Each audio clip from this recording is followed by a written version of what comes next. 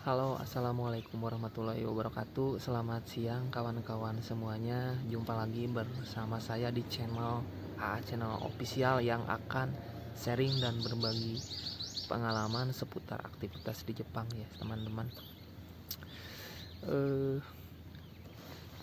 Hari ini hari Minggu, lumayan dingin juga ya di Jepang. Sudah mau memasuki musim dingin dan musim gugur akan segera berakhir. Mungkin bulan ini, bulan November ya, segera berakhir musim gugur. Jadi cuacanya setiap hari akan terus dingin ya teman-teman. Bisa sampai maksimal bisa sampai -2 derajat. Ya teman-teman semuanya, dalam video kali ini saya akan menceritakan ya, menjelaskan bagaimana cara kerja ke Jepang dan prosesnya. Karena banyak teman-teman yang bertanya kepada saya bagaimana cara ke Jepang dan biayanya sekitar berapa. Nah, dalam video ini saya akan menjelaskan bagaimana caranya bisa kerja ke Jepang gitu ya.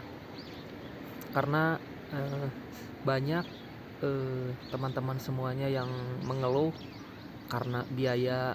Ada yang bilang gini, wah ke Jepang itu mahal, bisa sampai habis 35 juta, 45 juta dan sekian gitu ya.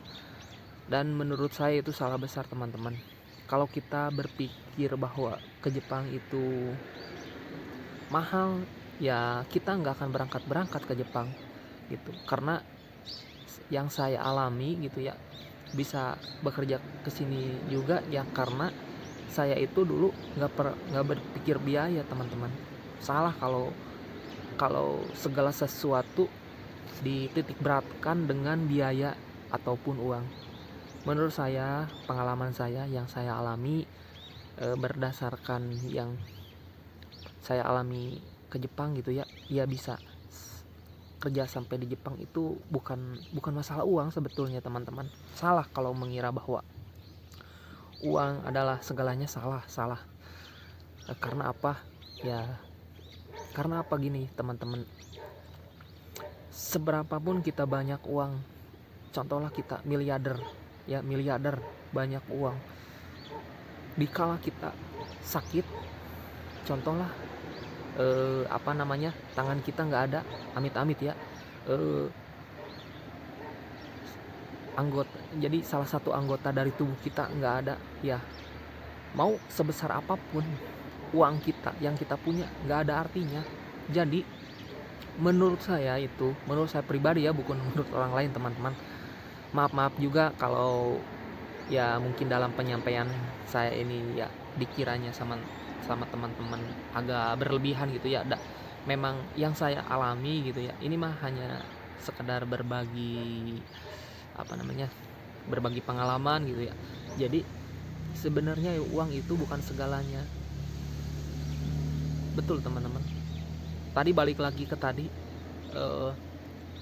jadi percuma kalau kita banyak uang kalau salah satu organ dari badan kita nggak ada gitu, nggak komplit.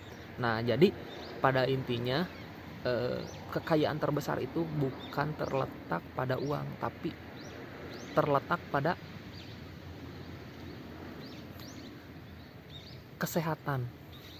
Nah, jadi sehat, bersyukurlah kita sebagai orang yang sehat, yang mempunyai mimpi, yang mempunyai cita-cita dan harapan untuk menggapai kesuksesan.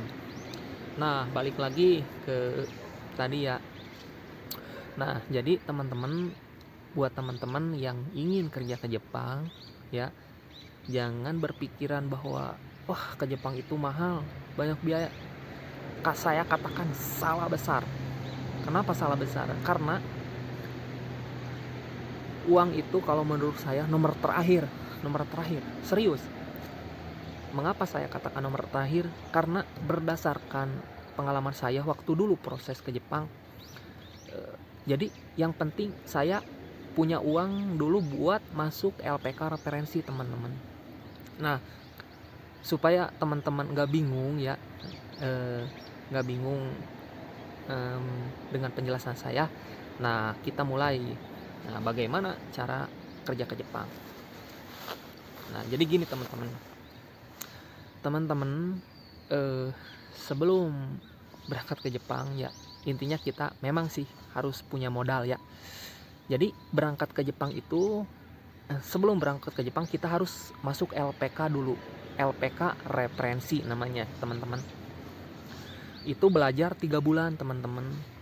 Belajar 3 bulan, dari mulai belajar bahasa Jepang ya sudah tentu, dan pastinya belajar bahasa Jepang. Yang pertama, 2 belajar ya fisik gitu, olahraga segala macam, dan mental dan lain sebagainya, budaya Jepang dan lain sebagainya gitu.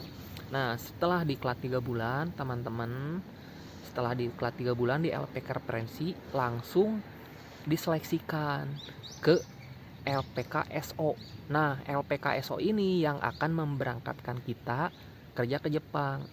SO itu singkatan dari Sending Organization. Jadi LPK yang mempunyai wewenang untuk memberangkatkan pemagang ke Jepang gitu. Nah,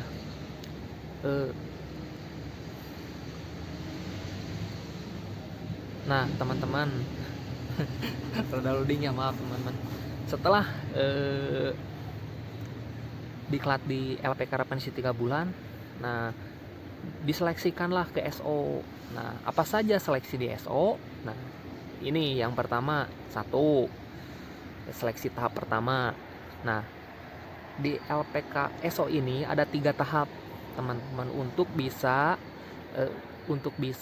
diterima di SO ini. Yang pertama itu seleksi tahap pertama, yaitu yang pertama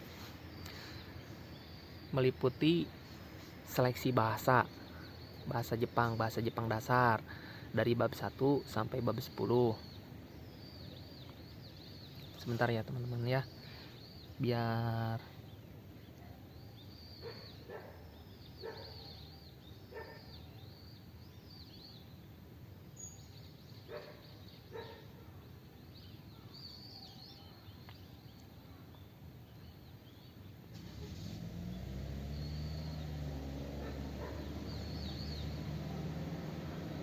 maaf teman-teman ya menunggu. Nah, jadi balik lagi ke tadi ya, 3 bulan di LPK referensi. Nah, sesudah belajar 3 bulan di LPK referensi, teman-teman akan diseleksikan ke LPK SO. Nah, seleksi SO itu yang tahap pertama itu teman-teman meliputi yang 1 psikotes, yang kedua matematika teman-teman, yang ketiga bahasa Jepang, yang keempat fisik. Nah, fisik ini apa saja? 1 lari, yang kedua push up, yang ketiga sit up gitu kalau istilah Sunda Udang Jawa teman-teman. Nah, sesudah itu lulus atau tidak. Kalau lulus lanjut ke tahap kedua, kalau tidak lulus ya ngulang lagi gitu. Nah, setelah lulus tahap pertama, lanjut tahap kedua. Apa saja tahap kedua? Nah, kalau tahap kedua itu interviewer, jadi istilahnya mensetsu, jadi wawancara sama calon bos kita gitu ya. Nah, tahap 2 itu. Nah, setelah kita lulus langsung lanjut ke tahap 3. Kalau tidak lulus ya balik lagi, maksudnya ngulang lagi buat wawancara lagi, buat mengulang itu. Karena tidak lulus jadi ngulang wawancaranya. Jadi masih stuck di tahap 2 kalau tidak lulus. Nah, kalau lulus teman-teman akan lanjut ke medical check up ini. Nah, ini yang menentukan teman-teman, karena berdasarkan pengalaman saya teman-teman, wah di medical check up itu banyak apa ya, banyak misteri, banyak apa ya, tidak terduga. Waktu dulu kan saya mensetsu wawancara. Nah, waktu itu 24 orang yang diambil 12 orang teman-teman. Nah, waktu wawancara itu 12 orang yang diambil lulus 12 orang. Tahap 2 kan itu, lanjut ke tahap 3 medical check up. Ternyata di medical check up itu 3 orang gugur. Karena apa? Ya karena bermasalah di medical check up-nya teman-teman. Jadi apa ya, disebutnya ada TBC gitu. Karena ke Jepang itu tidak boleh kalau TBC atau hepatitis gitu, penyakit yang berat gitu ya, nggak boleh. Nah, bisa tapi ya ada tapinya. Kalau di medical check up, kalau udah gagal ya susah gitu ya. Ya mending kalau di tahap pertama gitu bisa ngulang lagi, terus lulus tahap pertama lanjut tahap 2. Di tahap kedua wawancara gagal, bisa ngulang lagi kan. Kalau di medical check up agak repot juga, karena kita harus harus menyembuhkan dulu penyakit kita gitu. Nah, setelah setelah lulus di medical check up, nah berarti titik aman pertama itu sudah dimulai teman-teman. Jadi kita bisa diklat DSO. Nah, kalau sudah diklat DSO, teman-teman sudah dipastikan 99% berangkat, asalkan kita jangan ya istilahnya jangan menyalahi aturan, melanggar aturan, apalagi aturan-aturan yang sangat melanggar ya. Yang pertama itu berdasarkan pengalaman saya waktu diklat DSO itu, yang pertama itu jangan mencuri, yang kedua jangan berantem. Kalau udah mencuri ketahuan, ada saksi ada bukti, terus berantem, mau itu siapa yang salah, pokoknya berantem sampai berantem, ya udah diklat DSO. Mau sudah berapa bulan mau berangkat pun, kalau melanggar ya udah di DO, udah nggak akan berangkat gitu. Nah, makanya harus hati-hati banget teman-teman ya. Nah, kalau setelah lulus medical check up, barulah diklat di SO ini. Di SO ini itu 4 bulan teman-teman, kurang lebih ya 4 bulan. Nah, sesudah 4 bulan ini teman-teman sudah dipastikan kalau beres diklat, terus menunggu COE, Certificate of Eligibility, udah turun. Nah, udah bisa siap, nah baru berangkat. Nah, jadi teman-teman balik lagi ke tadi yang saya katakan di awal video, bahwa yang harus dipersiapkan itu di samping uang gitu ya. Jadi intinya bukan itu, maaf. Jadi gini, jadi bukan uang yang jadi permasalahan utama itu teman-teman, tapi apa? Tapi tekad kita, niat kita, tindakan kita, seberapa jauh, seberapa besar tekad kita dalam menggapai cita-cita kita untuk bisa bekerja ke Jepang gitu teman-teman. Jadi yang kita pikirkan itu bukan uang teman-teman, tapi apa? Tapi bagaimana caranya kita bisa lolos seleksi ke LPKSO ini teman-teman. Karena yang paling berat, sangat berat adalah ya diterima di SO. Karena apa? Tahap pertama aja ya menurut saya ya susah gitu ya. Kalau dibilang susah, terlalu susah enggak sih? Soalnya saya dulu seleksi tahap pertama alhamdulillah enggak langsung lolos gitu ya. Fisik oke, matematika oke, psikotes oke, bahasa Jepang oke. Nah, lanjut ke tahap kedua di wawancara. Nah, ini waktu itu dulu saya pernah gagal 1 kali di tahap wawancara. Jadi ya ini balik lagi ke tadi, yang harus dipersiapkan itu yaitu, jadi bagaimana caranya kita bisa lolos ke SO. Kalau kita udah lulus ke SO teman-teman, pastilah, insya Allah gitu, pastilah rezeki itu pasti ada.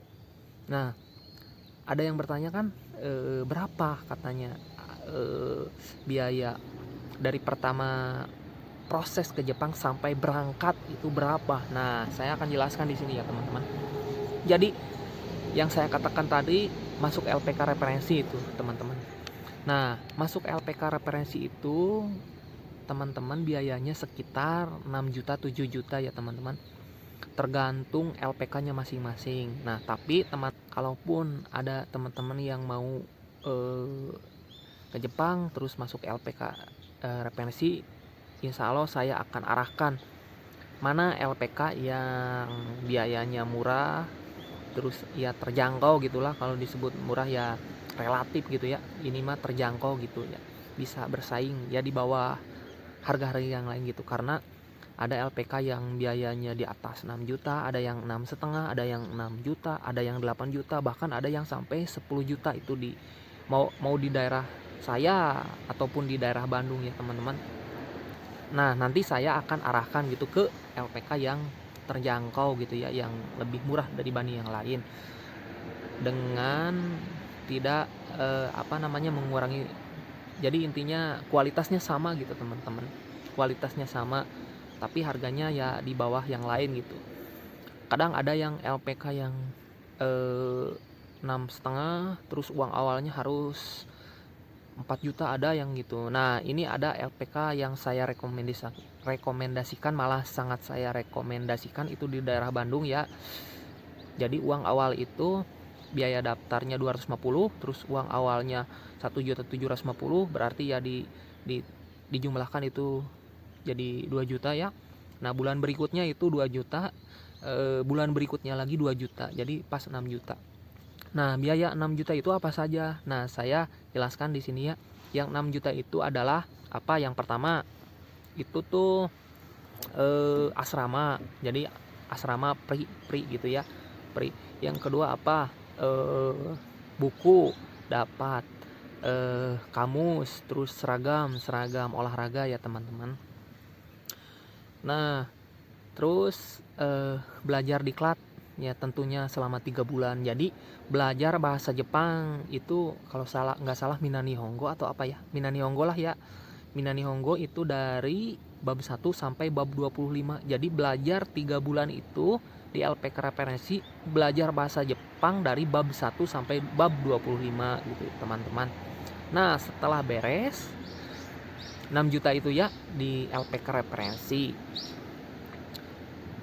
barulah ke itu di SO ini teman-teman. Nah, berapa biaya di SO di LPK SO itu tergantung dari LPK SO itu sendiri, tergantung biayanya. Karena contoh kayak LPK Mulia Mandiri sekarang kan 32.500.000 ya teman-teman. Terus ada LPK Selna Jaya yang saya dengar gitu ya sekitar 35 juta ya, berdasarkan informasi yang saya terima gitu ya. Jadi kalaupun nggak akan terlalu salah gitu, karena informasi ini ya sangat valid gitu ya. Waktu dulu saya waktu berangkat tahun 2023 itu LPK MMI masih 30 juta ya. Nah, sekarang sudah naik jadi 32,5 juta. Nah, ini gimana katanya? Kan ada yang bilang ke saya, wah mahal katanya 32,5 juta. Jangan berpikir begitu teman-teman. Karena kalau kita berpikir begitu ya kita nggak akan pernah bisa berangkat ke Jepang. Segala sesuatu kalau kita mau hasil ya harus ada pengorbanan, harus ada perjuangan dan segala macam yang lainnya. Karena ke Jepang itu nggak mudah teman-teman. 32,5 juta menurut saya itu ya, kalau menurut saya setelah kerja di sini nggak ada apa-apanya teman-teman. Karena apa? Taruh lagi nih, sebulan kita gaji 10 juta bersih ya, 10 juta dengan 32 juta berapa bulan balik modal? 4 bulan maksimal udah balik modal. Bener kan teman-teman? Nah gitu mikirnya. Kalau kita berpatokan bahwa wah mahal ke Jepang itu, Ya kalau mahal ya nggak usah berangkat, kalau menurut saya nggak usah berproses, nggak usah kata saya. Kalau udah kerja di sini ya uang segitu nggak ada maksudnya nggak terlalu besar lah. Kalau disebut nggak ada apa-apanya wah nggak pas gitulah ngomongnya. Nah nggak ada apa-apanya teman-teman. Maaf kalau malah nggak ada apa-apanya, jadi nggak terlalu itu gitu. Nah jadi jangan berpatokan bahwa uang harus uang segini, nggak usah. Yang penting proses dulu aja, proses siapkan dulu yang 6 juta aja dulu buat daftar dulu buat masuk dulu LPK referensi teman-teman. Nah yang 32,5 juta itu bayarnya gimana, bertahap atau gimana? Nah jangan takut teman-teman. Kalaupun kita kalau kita sudah diterima di SO, kan sudah dipastikan 99% kita akan berangkat, dan artinya kalau sudah diklat di SO berarti kita sudah dapat job dong.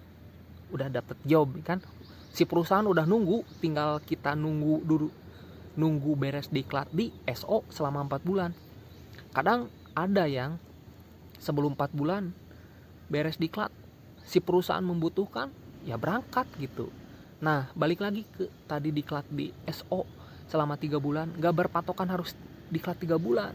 Kalau kita bahasa Jepangnya bagus selama diklat di LPK referensi, nah terus attitude-nya bagus, fisiknya bagus, segala macamnya bagus, pokoknya semuanya bagus, ya gak menutup kemungkinan kita bisa diseleksikan sama yang ownernya, yang pengurusnya LPK referensi buat diseleksikan ke SO gitu. Jadi tidak berpatokan 3 bulan di LPK referensi, terus tidak berpatokan harus 4 bulan di LPK SO, tergantung bagaimana rezeki kita masing-masing. Ada yang lambat, ada yang cepat gitu. Nah jadi balik lagi ke tadi ya teman-teman, jadi uang itu nomor sekian kalau menurut saya, ya nomor sekian bukan nomor 1, yang penting kita proses dulu aja. Nah bagaimana cara nah bagaimana itu yang pembayaran ke SO itu 32,5 itu ya jadi dibayarnya bisa kalau MMI ini ya pas masuk diklat ya 15 juta dulu. Nah yang 17,5 juta itu bisa pakai dana talang teman-teman gitu. Nah lebih baik ya kalau menurut saya ya pakai, kalau bisa gitu ya pakai uang pribadi karena lumayan gitu dana talang bunganya, karena ada bunga teman-teman. Jadi di dana talang itu dari pinjaman 30 juta itu jadi sekitar 40-an, ya bunganya sekitar 10 jutaan kurang lebih ya. Tapi kalaupun emang teman-teman tidak punya, ya nggak punya biaya gitu, nggak ada biaya, nggak apa-apalah.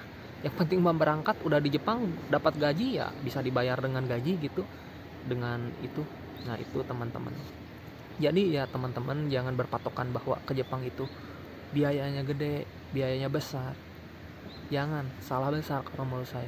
Karena berdasarkan pengalaman saya, ya harus ada yang dikorbankan.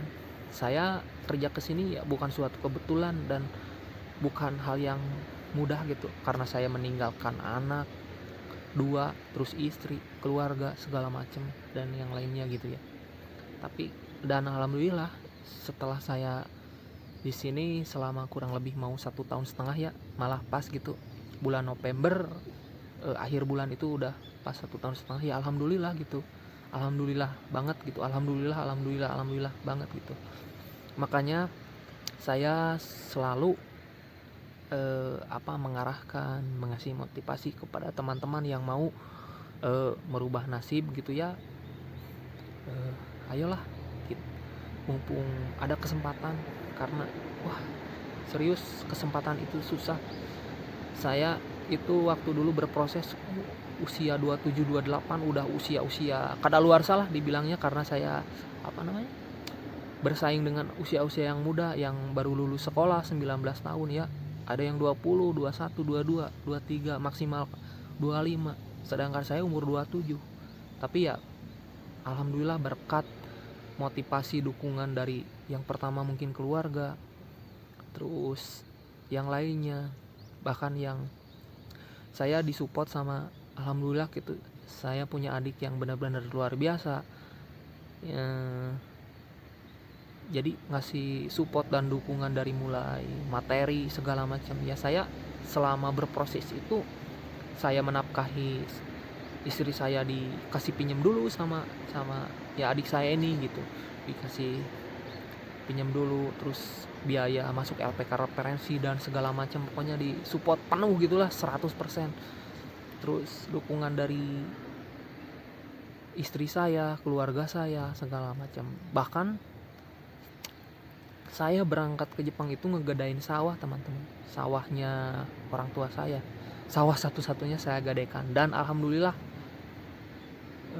sudah ditebus. Alhamdulillah berkat ini, berkat ya alhamdulillah berkat bisa ke Jepang gitu ya. Segala sesuatu itu harus ada yang dikorbankan, teman-teman. Jadi tidak akan ada hasil kalau kita tidak mau berkorban, teman-teman. Ingat itu. Maaf teman-teman. Nah tadi saya belum terangkan ya, itu mungkin ada pertanyaan, Mas, uang 32,5 juta itu apa saja? Nah, ini saya mau jelaskan. Uang 32,5 juta itu tuh biaya diklat selama 4 bulan di LPKSO, di LPK saya dulu ya. Nah, 2 bulan pertama itu kita makan beli sendiri gitu ya, iuran 1 minggu 100.000 kalau saya dulu. Kalau ya tergantung kebutuhan, ada yang 120, ada yang 150 ya. Kalau saya dulu 100.000 per minggu gitu, teman-teman. Nah, itu tuh selama 2 bulan. Nah, kalau 2 bulan udah beres, lanjut ke 3 bulan dan 4 bulan itu di MMI makan sudah dijamin. Jadi 3 kali sehari sudah dijamin. Makan 3 kali sehari sudah dijamin. Terus biaya segala macem, pokoknya sampai berangkat ke Jepang, tiket pulang pergi, berangkat sama nanti pulang kontrak 3 tahun itu sudah termasuk. Jadi 32,5 juta itu buat itu, teman-teman. Nah, jadi 32,5 itu ya tidak terlalu mahal, cukup lah kalau menurut saya. Karena kalau sudah kerja di Jepang, teman-teman jangan khawatir gitu. 4 bulan lah ya, 4 bulan balik modal gitu ya. Apalagi kalau posisi bujangan gitu. Wah, sekarang ya terus terang lah, di pabrik saya itu paling kecil gajian selama saya mulai bekerja sampai terakhir sekarang, paling kecil itu 12 dapat. Kalau posisi bujangan nabung paling sedikit ya 10 atau 9 bisa, tinggal kalikan saja 35 bulan. Terus kalau mau mau bayar utang buat kalaupun pinjam, buat bayar ke LPKSO katakanlah 35, ya 4 bulan juga udah balik modal.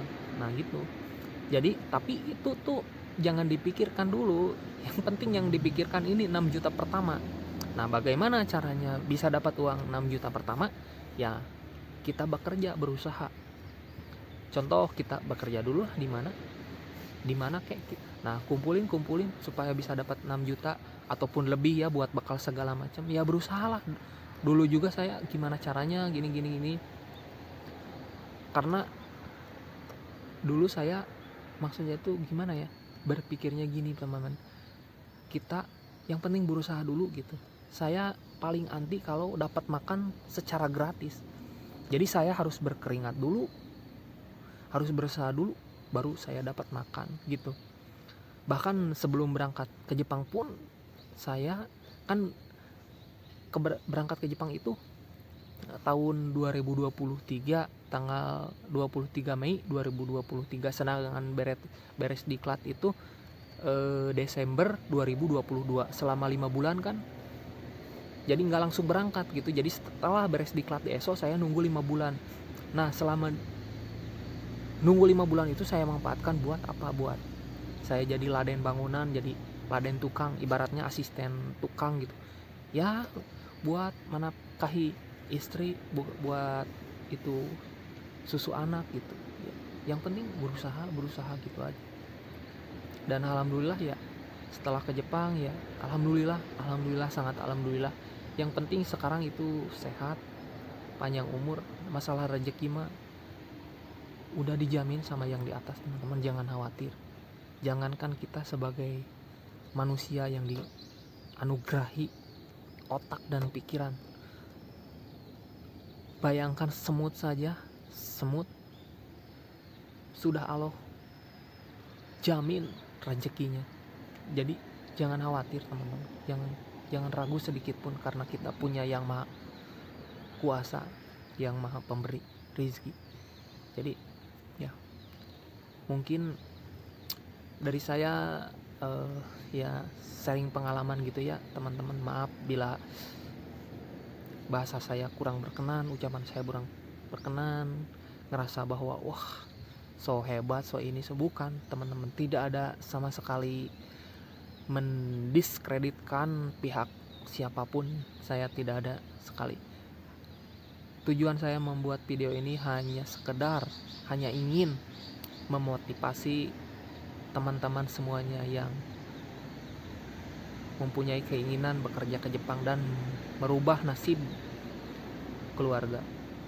Mungkin itu yang bisa saya sampaikan, teman-teman. Maafkan bila ada kata-kata yang kurang berkenan, teman-teman. Mudah-mudahan video ini memberikan informasi yang bermanfaat, teman-teman. Sebelumnya saya ucapkan terima kasih kepada teman-teman semuanya yang sudah menonton video ini. Ya, semoga teman-teman yang punya keinginan bekerja ke Jepang, ataupun yang masih berproses ke Jepang, sedang diklat di LPK referensi, sedang diklat di ESO, ataupun menunggu keberangkatan, semoga dilancarkan semuanya, sama-sama lancar, saling mendoakan yang terbaik, teman-teman ya. Mungkin itu dulu, teman-teman. Kita akan bahas di video selanjutnya. Kalaupun ada pertanyaan yang mau disampaikan ataupun kurang jelas dari penjelasan saya, silakan komen di kolom komentar. Sekian dulu dari saya. Wabillahi taufik wal hidayah. Wassalamualaikum warahmatullahi wabarakatuh.